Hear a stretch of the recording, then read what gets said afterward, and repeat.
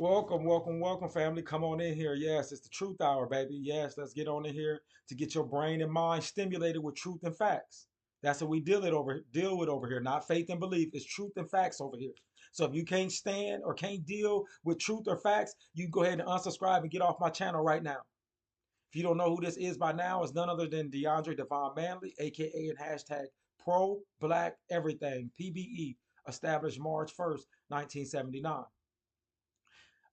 First and foremost, I give a shout out to my God and my goddess, my mom and my father, my mother and my father, the one that birthed me. I got a navel, so I know a woman preceded me. I know I came from a woman. I don't have to debate that. That's just factual. AKA and hashtag religion killer. Well, what religion? DeAndre Devon Manley, pro black everything. Every religion. Listen up, black man, black woman, black child, specifically black children.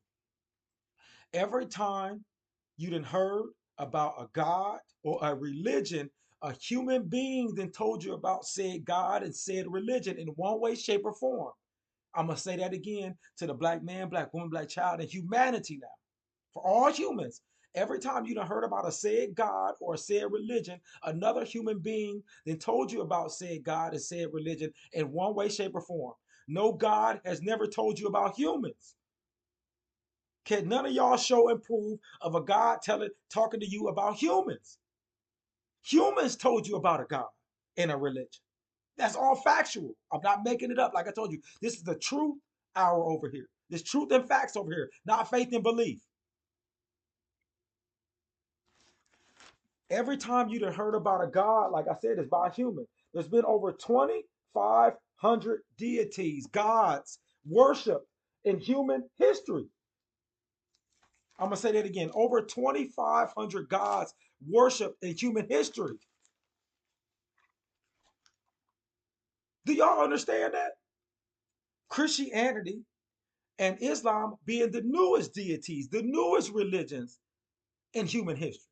Christianity being about 1,500 years old, and Islam being about, Christianity being about 2,000 years old, and Islam being about 1,500 years old. So, family, human race, black man, black woman, black child, 2,100 years ago, there was no such thing as no Christianity. There was no such thing as Islam. Humans made them religions up.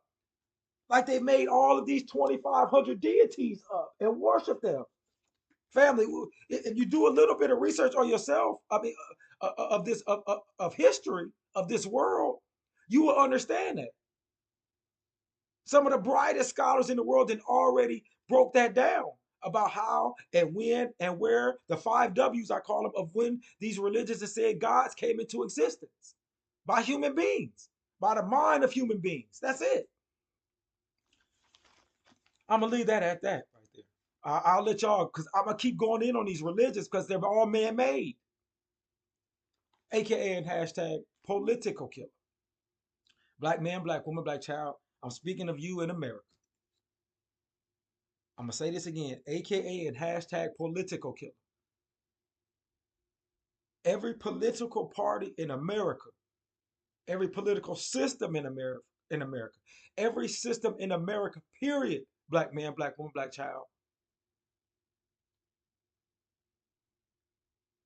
was owned, is owned, is operated and managed by the race of people that brought us here in chains and mass murder, rape, and tortured us. I'm gonna say that again. Every system of today, black man, black woman, black child, is owned still, operated, managed by the race of people that did mass murder, rape, and tortured us, butt broke us, breeding farm under their said religion and their said systems, black man, black woman, black child. You can't tell me you free if you still under all the same systems of the race of people that have mass murder, rape, and tortured you up until today. You can't be free, family. Like we got to get some real truth and some real facts out the way, family. And that's what we're gonna do today, like we always do over here. AKA and hashtag to the mothers and fathers of human civilization, that black man and that black woman. Every race that you know of today, that you can think of today, came from the black man and black woman. We are the first, numero uno, aka and hashtag to all the other species on the planet. Every other living species on the planet, aka and hashtag nothing but love and respect, aka and hashtag no filters and no editing over here. It just you're not going to get it over here. Whatever I mess up, you're going to get to see it. It's okay. I'm a human being. See, I know God with me is within. See, it's nothing spooky out there that you've been taught about. See, the God has always been within. The goddess has always been within you, family. That's where it's at. That's where it lies. Not no fake beings out in the sky nowhere or underground called the devil or some God. The God and goddess is within you. The people that do devil shit, that devil is within them. All of that. You got your higher self and you have your lower self. I hope that didn't go over y'all head. Last but not least, AKA and hashtag to the Rocky Marcianos and the Mayweathers of America and the champs of the world, this white man and his mama, because he came out of his mama. They are the champs. They still run uh, 99% of all black people in America's minds. And I believe 99% of all black people global minds. And after you see this video, you're going to see, because these are some of our African brothers and sisters, kings and queens in Africa speaking. And I need y'all to go watch this video. But they are the champs of America and the champs of the world, this white man and his mama. They've been ruling America and the world for hundreds of years now, this white man and his mama. When people talk about superpowers, they never bring up black and make a superpower synonymous with any black people nowhere on the planet. You got China, which is a superpower, India, which is a superpower, the United States, which is the number one superpower, along with their cousins and brothers in Europe. Uh, who else? Uh, you got the Arabs in Saudi Arabia and all of them. In Israel, the white European Jews. These are all superpowers. They're all men ran. They're all men driven. You see, I didn't make none synonymous with black and superpower because we have no power nowhere. Not even on the continent of Africa, black man, black woman, black child. I need y'all to understand that these are facts now. Please show me the time if I'm lying that anybody anywhere or any news or anywhere made power and superpower synonymous with black.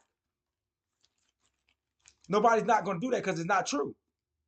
We are powerless as a race, not powerful. We're powerless. We can be powerful if we start changing our thought process. Start fighting and willing to die for everything that we're owed. Like I said in a video, a couple videos ago, it's sad that everything in human history of a black man and black woman and black child, especially in American history, we didn't been willing to fight and die for. To get out of slavery, fight and die for. Jim Crow, fight and die for. Separate but equal, fight and die for. Voting, fight and die for. But people are telling me today, and been telling me for the last 10, 15, 20, 30 years that I've been living, and I've been hearing about it, is we shouldn't be willing to fight and die for the trillions of dollars in reparations we owed in money, land, and education.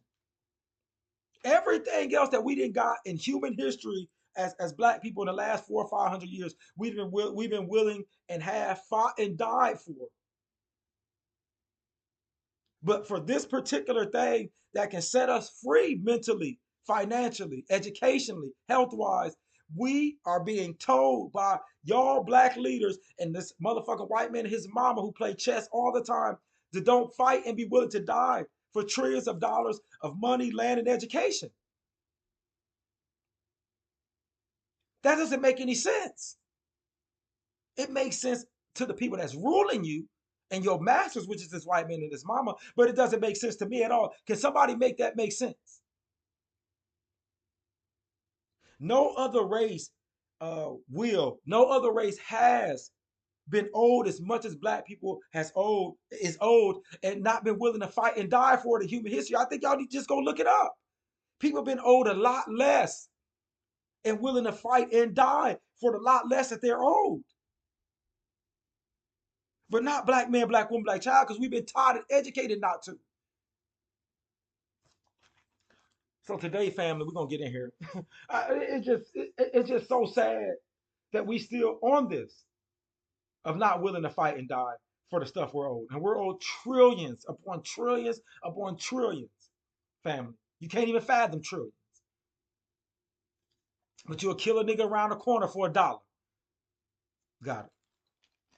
Don't fight for trillions. Don't be willing to die for trillions, but you'll die and kill for hundreds of dollars because a nigga owe you. Let's make it make sense, black family, black man, black woman, black child. Let's at least make it make sense. So today we're gonna get in here. We got a couple videos. For one, I'm gonna let you get a short clip of this video you see up here now. And what you're gonna see is the black king gonna get up here. The bishop is gonna get up here and he's gonna break down real quick. I want y'all to, if y'all can, go and watch this whole video. I just put it to a particular point because this was a drop the mic moment on this part when he said that. What you about to hear him say about the black minds under these religions and our culture. Now they're having a back and forth about Christianity and all of this. Go watch the whole thing, but watch what this king say. Watch what this God say. That's a drop the mic moment. Let's get it here. Let's get it. Then after this, we're gonna go here and we're gonna listen to some video about this slave breeding in America. So let's go. Let's get it in here, fam. Let's get it here and let's listen up. Was now ranting. It's running out of time. The mind of a colonized person is pathetic. The mind of a colonized person, mind of a colonized black man, woman, and child is fucking pathetic. He's telling the truth. Keep going, King. My apologies. That we have to sit in this day and age and protect a system that has vandalized and destroyed us to such an extent that we can sit around and debate its veracity. Did you hear what he said? Okay, keep going.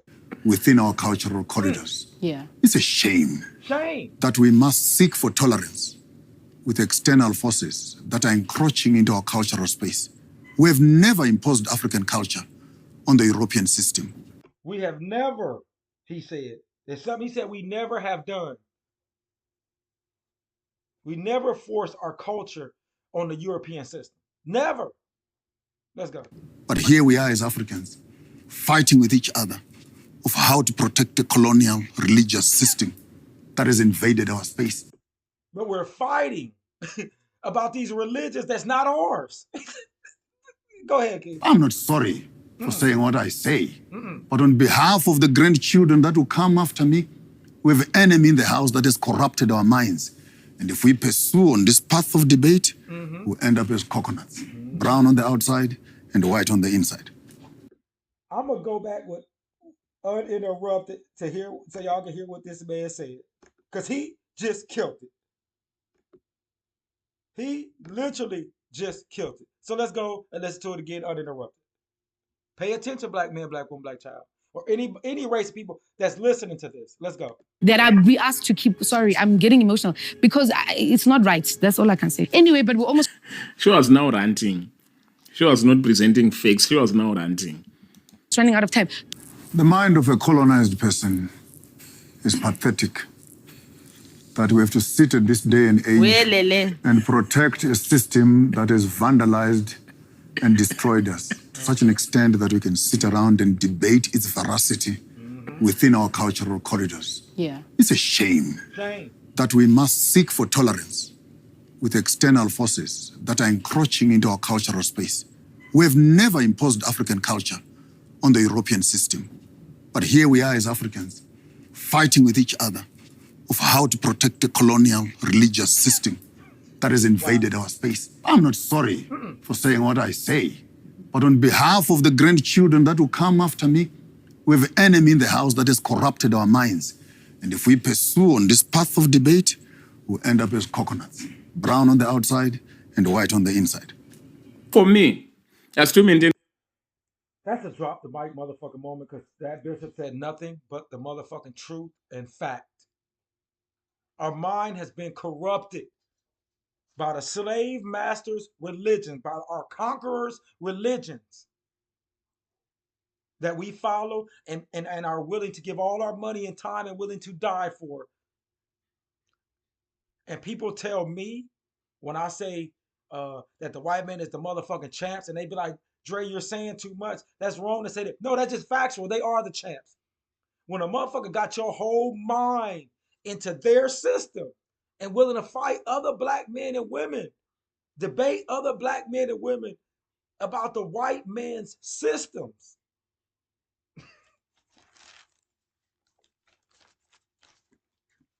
Mm, mm, mm, mm. Boy, I tell you. So let's get on in here, family. In this next video, we're going to hit them quick today. This Friday, May 12th, Friday lessons. So we're going to get it here. Go back and watch that whole thing. He killed it from the beginning when he spoke. But I will tell you to go watch the whole, I think it's 2 or 3 parts to make up the whole video. If you can find the whole video in there, watch it at once. But I think I broke it up and they had it in 2 separate ones or 3 separate ones. So what we're going to get in here now and do is talk about this the slave breeding. The 10 facts about slave breedings that the school won't teach you. They say fail to teach you, but won't teach you. So as y'all watching this, I need y'all to understand the stuff I be saying when I call this white man the most gangster, the most savage, the most corrupt, the most and the biggest mass murder, rape, and torture. Don't tell me about no thug and no gangster if we not in no mass savage race of people if we not talking about this white man and his mama. Because there's been no other race that's been more savage and more gangster, thug, killing, drug dealing, mass murder, mass rape, and torture than this white man for at least the last 500 years in human history. This is all documented. I'm not making none of this up. I don't want to hear about no black gangster, thug, killer nowhere in America, nowhere in the world, because they can't none of them stand up to this motherfucking white man and his mama. Like I said, I was in the army for 20 years. I seen the mass murder, rape, and torture that this white man called under the guise of America 3Ks don't get it fucked up will do. They destabilize whole nations, mass murder whole countries to take their resources, the same that they did to the continent of Africa. So let's go in here and watch this video. Let's get it in, family. We all know the story of slavery, the transatlantic slave trade, the forced labor, the inhumane treatment of men, women, and children, and the eventual abolition of the slave trade. But what many of us don't know is that the abolition of the slave trade in the early 19th century led to the creation of a new and even more sinister aspect of slavery: sex farms and slave breeding farms. The goal of these farms was simple: to produce more slaves. Slave owners realized that they could no longer import slaves from Africa, so they turned to breeding them like animals. They would carefully select which slaves would mate with each other based on their physical attributes, health, and even intelligence, in the hopes of producing the strongest and most profitable offspring. Slave breeding farms were located throughout the southern United States, with some estimates suggesting that there were as many as 70 in operation at the height of their popularity. These farms were often run by wealthy plantation owners who saw slave breeding as a P.I.C.S is giving away a shot to win up to $1 million every day of the playoffs. Claim your shot at $1 million. Show your skills and learn more at PrizePicks.com. Lucrative business opportunity. But the horrors of slave breeding farms did not stop there. In some cases, plantation owners would set up sex farms, where slaves, often young girls, were forced to engage in sexual activity with other slaves or with the plantation owners themselves. The offspring of these forced sexual encounters were also seen as profitable commodities and were often sold off at auctions to the highest bidder. The true extent of these practices is difficult to quantify, as records were often destroyed or deliberately hidden. But it is estimated that thousands of slaves were forced to participate in these breeding programs, resulting in countless atrocities. As you watching this, like I said, don't tell me about no other gangster, drug dealer, killer, mass murder, rape, and torture. If we're not talking about this white man and his mama still up until today. This is that savage. This is that demon and that devil that y'all read about in y'all goddamn holy books. This is that devil that y'all read about and y'all tell me about devilish and demon shit and this devil. That's this motherfucking white man. It's this motherfucking devil. Always have been, always will be. It's in them. They can't help it. Let's go. And human rights violations. In this video, we are going to reveal 10 of the most horrific facts of slave breeding and sex farms in the United States.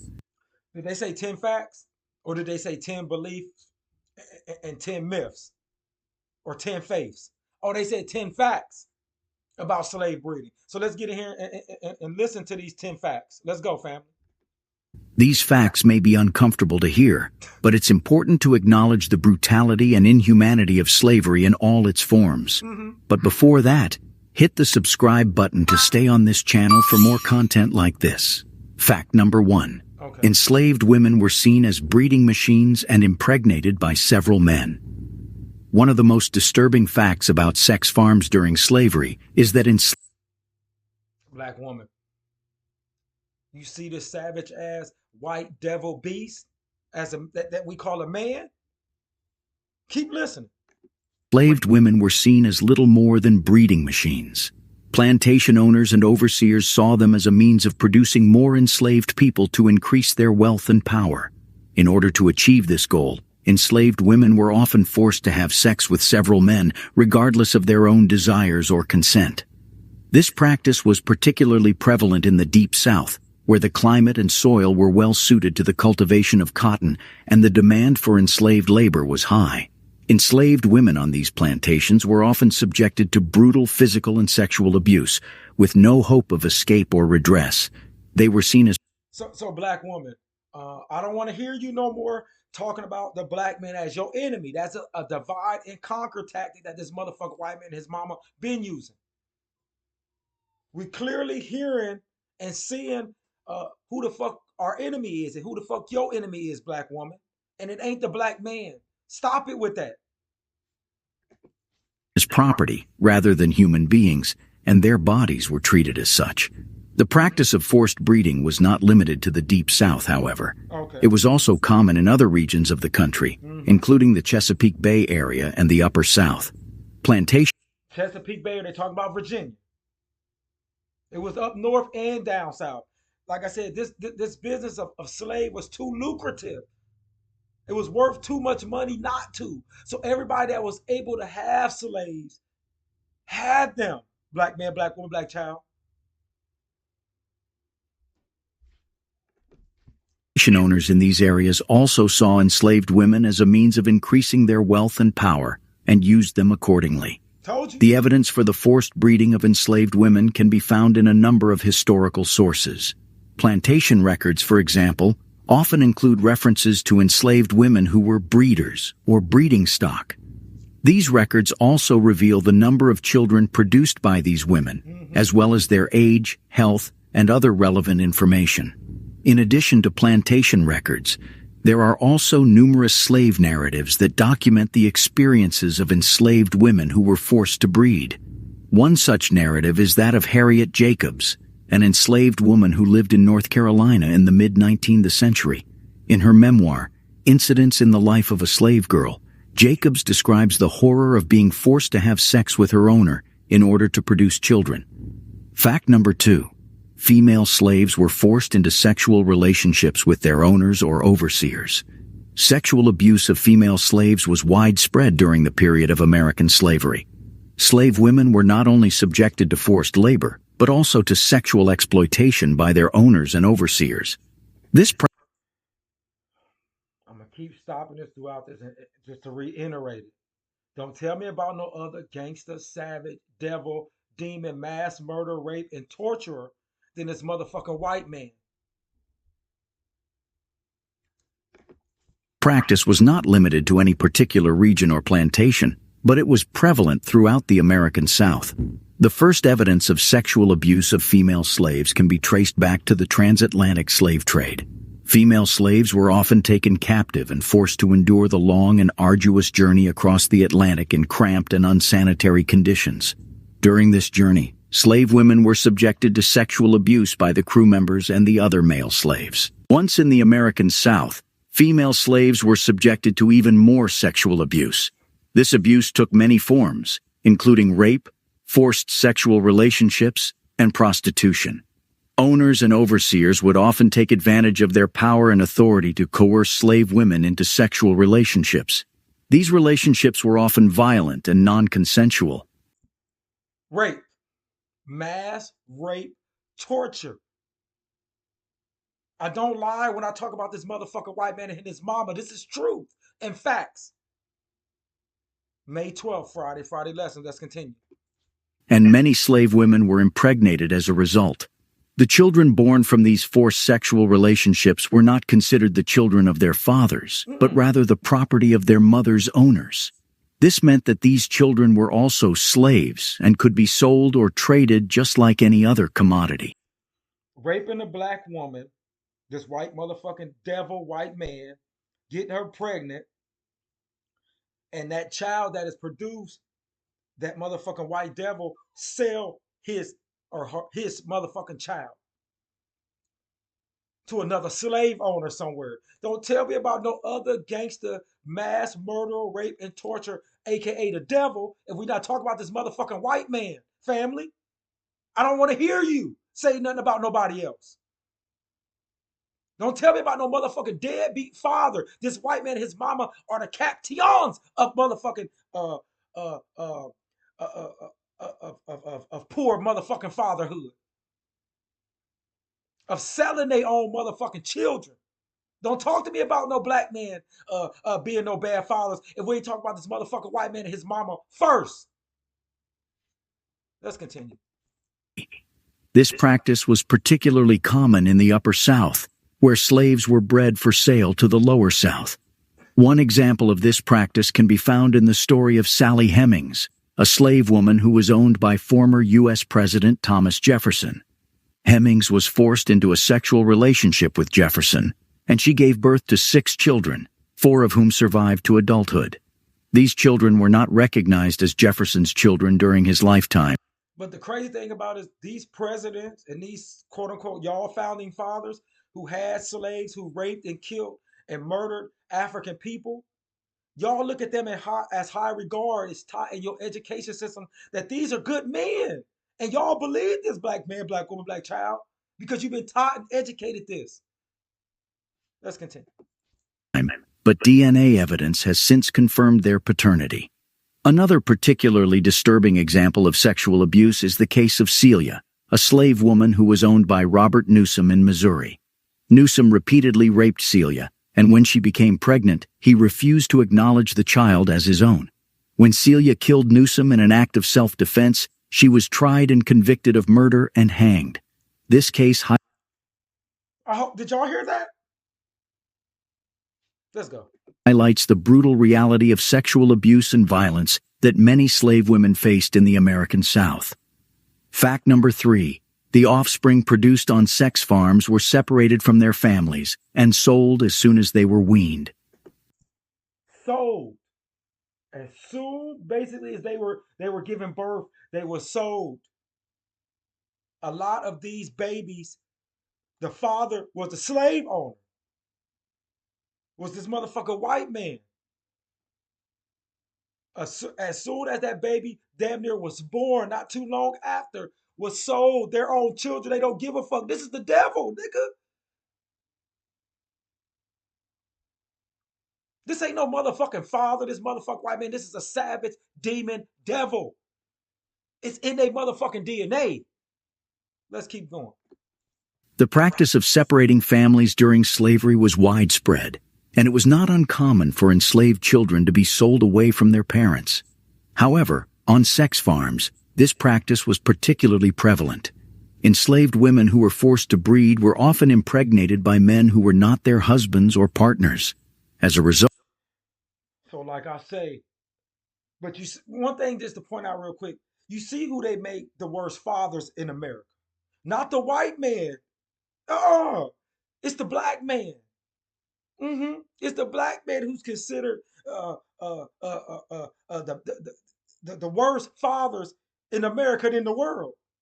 Not this motherfucking white man who would impregnate motherfucking his property, and then soon as that woman have that baby, will sell his own for money. Don't talk to me about black men. Tell me about this motherfucking number one savage devil first. Let's go. Because black people been taught well by their masters. The black man been taught well by his masters to abandon his child. Let's go. Result, the children produced on sex farms were not part of a nuclear family unit, but rather a product to be sold for profit. According to historical records, many plantation owners saw the sale of enslaved children as a lucrative business opportunity. Did they say historical records? Lucrative business opportunity? The price of an enslaved child varied depending on factors. These are historical records. This is not faith, and this is not belief. This is fact and truth, black man, black woman, black child. Don't tell me about another motherfucking enemy if this motherfucking white man and his mama is not your number one enemy. Let's go. The price of an enslaved child varied depending on factors such as age, gender, and health, but they were generally sold for a higher price than adult enslaved people. This was because the children had the potential to grow up and become productive laborers, as well as future breeders themselves. In many cases, enslaved children were sold at public auctions, where they would be separated from their mothers and other family members. These auctions were often traumatic for both the This don't sound like a devil to you, black man, black woman, black child? If this, listening to this, don't make you believe that this motherfucker white man is the devil, you shouldn't talk to me about no other devil. Go and read about the descriptions of the devil in your book or any book, and then look at what this white man and his mama been doing for the last few hundred years. And if they don't equate both of them as the same as the devil, then it shouldn't be no such thing as no devil, black man, black woman, black child. I'm serious. Don't talk to me about no devil. We're not talking about this white man and his motherfucking mama. And I keep saying his mama because that's who he came out of. Let's continue. Enslaved people being sold and those who remained behind. In his book, The Half Has Never Been Told, Slavery and the Making of American Capitalism, historian Edward E. Baptist describes the emotional pain that families experienced when they were separated.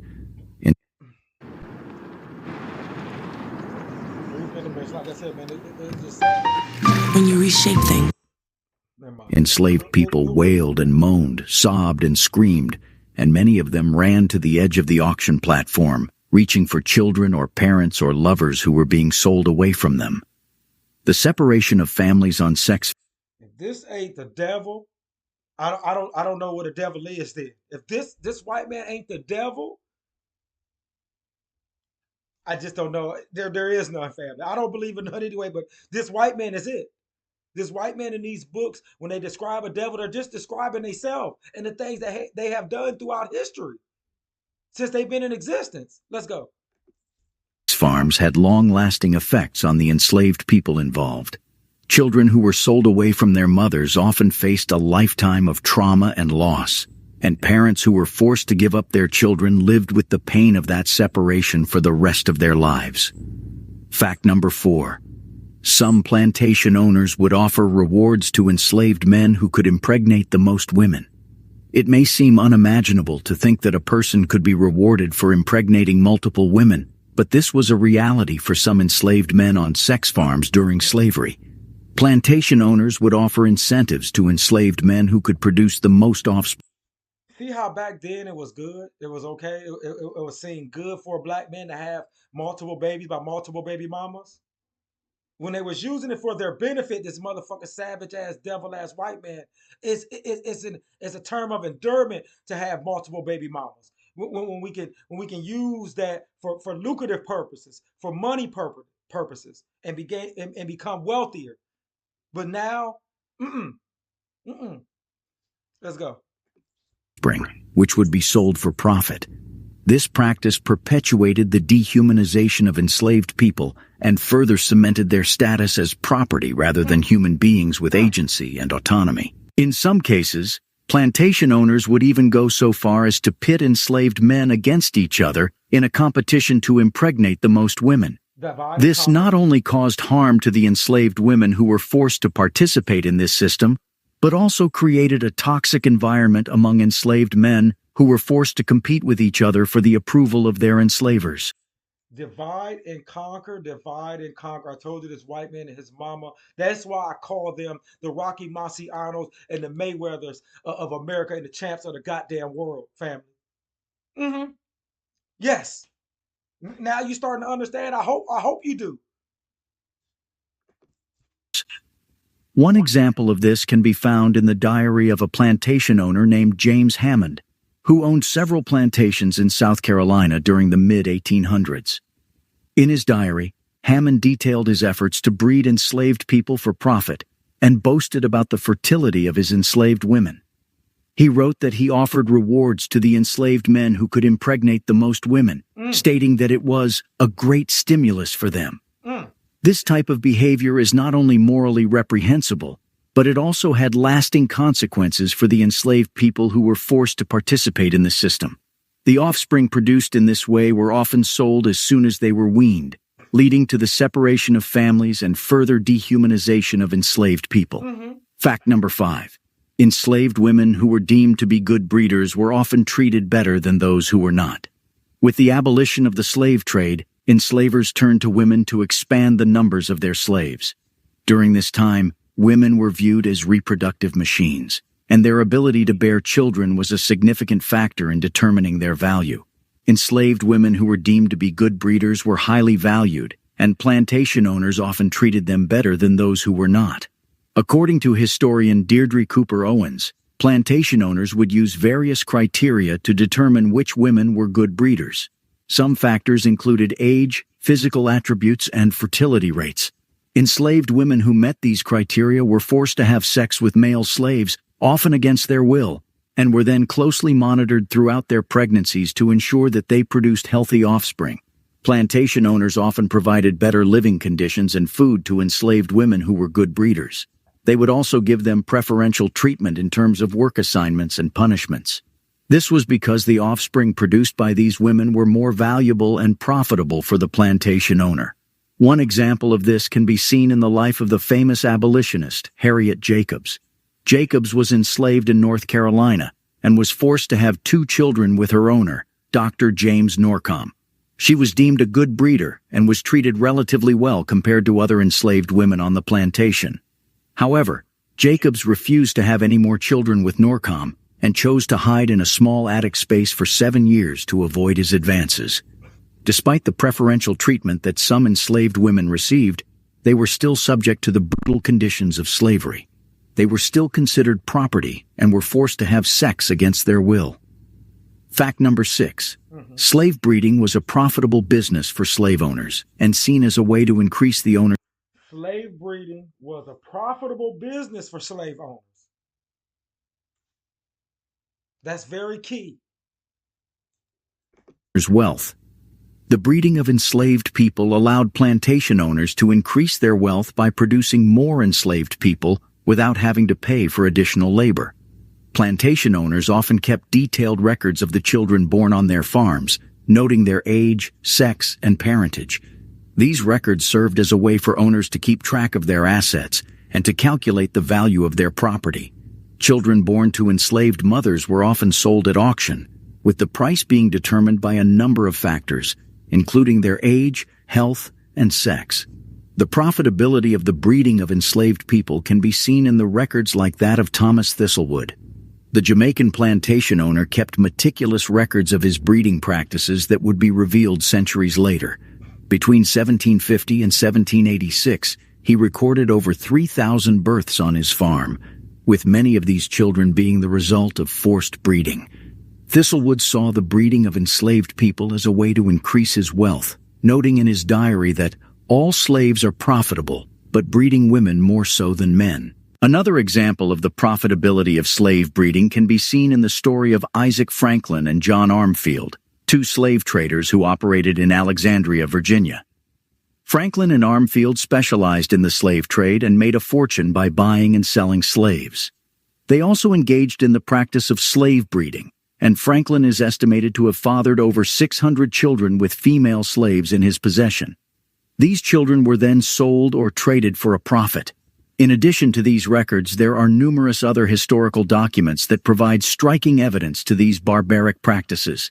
For example, advertisements for slave auctions often highlighted the breeding capabilities of enslaved women, with phrases such as prolific breeders or good breeders being used to describe them. These advertisements serve as a stark reminder of the inhumane and exploitative nature of the slave trade. Fact number 7. Plantation owners would hire doctors to oversee the breeding of enslaved people and to treat any medical issues that arose. While it may seem paradoxical for doctors, who are supposed to be healers, to oversee the breeding of enslaved people, this was a common practice on many plantations during the antebellum period. Plantation owners would hire doctors to ensure that enslaved women were healthy enough to breed and to treat any medical issues that arose during the breeding process. One particularly notorious example of this was Dr. J. Marion Sims, who is often referred to as the father of modern gynecology. Sims performed a number of experimental surgeries on enslaved women in the mid-1800s, including surgeries to repair fistulas, a condition that often occurred during childbirth. Sims conducted these surgeries without anesthesia, as he believed that enslaved people did not experience pain in the same way as white people. The savage that they thought we were and treated us as, they didn't think our pain tolerance. We don't need anesthesia for these niggas. They are property. They slaves. They're nothing. They're less than nothing. Let's go. His work on fistulas led to the development of new surgical techniques, but it came at a great cost to the enslaved women who were subjected to his experiments. In addition to performing surgeries, doctors were also responsible for ensuring that enslaved women were healthy enough to produce offspring. This often involved monitoring their diets and treating any illnesses that could affect their ability to conceive. However, it's important to note that this care was not provided out of concern for the well-being of the enslaved people, but rather to ensure that they were able to produce more enslaved people for the plantation owner's profit. Fact number 8. Enslaved women on sex farms were often given inadequate nutrition and health care. Keep It Quilted means you keep it the best. Keep It Quilted means comfort that feels good and does good. With 5 million rates of infant mortality. While fertile women were considered valuable and used as reproductive machines to produce more slaves on sex farms, the living conditions on these farms were not any better, and as a result, many infants did not survive. Enslaved women on sex farms were forced to work long hours in the fields, which meant that they were not able to take care of their babies as they should. The infants were often malnourished and sickly, and the women had no access to proper medical care to help them. This would contribute to the high rates of infant mortality as at that time. One example of this is the case of the Louisiana State Penitentiary, also known as Angola Prison. In the late 1800s and early 1900s, Angola Prison had a large population of enslaved women who were forced to work on a sex farm. The women were subjected to brutal treatment and were given little food and water. They were also denied medical care and were forced to give birth in filthy conditions, which led to high rates of infant mortality. In a report published by the American Public Health Association in 1915, it was noted that the infant mortality rate at Angola Prison was 75%. This means that out of every 4 infants born on the farm, only 1 survived. This is a staggering statistic and shows just how dire the situation was for these women and their children. Unfortunately, Angola Prison was not the only place case. Many other sex farms across the country had similarly high rates of infant mortality. The women who were forced to work on these farms were subjected to unimaginable cruelty, leading to the death of their babies.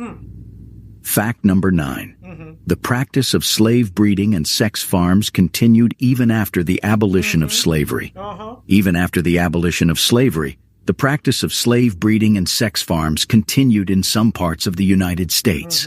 While the 13th Amendment to the Constitution abolished slavery in 1865, it did not prohibit the practice of slave breeding or sexual exploitation of former slaves. In fact, There is evidence to suggest that the practice of slave breeding continued in some parts of the South well into the early 20th century. This was due in part to the fact that many former slaves continued to work on the same plantations where they had been enslaved, Yes. and were still subject to the same You have to work on the same plantations when you were so-called free, because the white man and his mama owned everything. So they built, they had you build America, black man. They had us build America, black man, black woman, black child, our ancestors. Uh, while they became wealthier and wealthier, more powerful, and running and owning everything. And then they say, you're free. But they own everything. So you have to just turn around, like I said in some videos before, you have to turn around and work for the same slave master. So slavery didn't stop, family. Let's go. exploitative and abusive conditions. One of the most well-known cases of post-abolition slave breeding occurred in Natchez, Mississippi. Between the late 1860s and the early 1900s, wealthy white planters in the area engaged in a system of fancy trade, where they would buy and sell young, light-skinned African-American women who were specifically bred for their physical appearance and sexual appeal. These women, known as fancy girls, were often the daughters of mixed-race slaves and were sold at auction for exorbitant prices.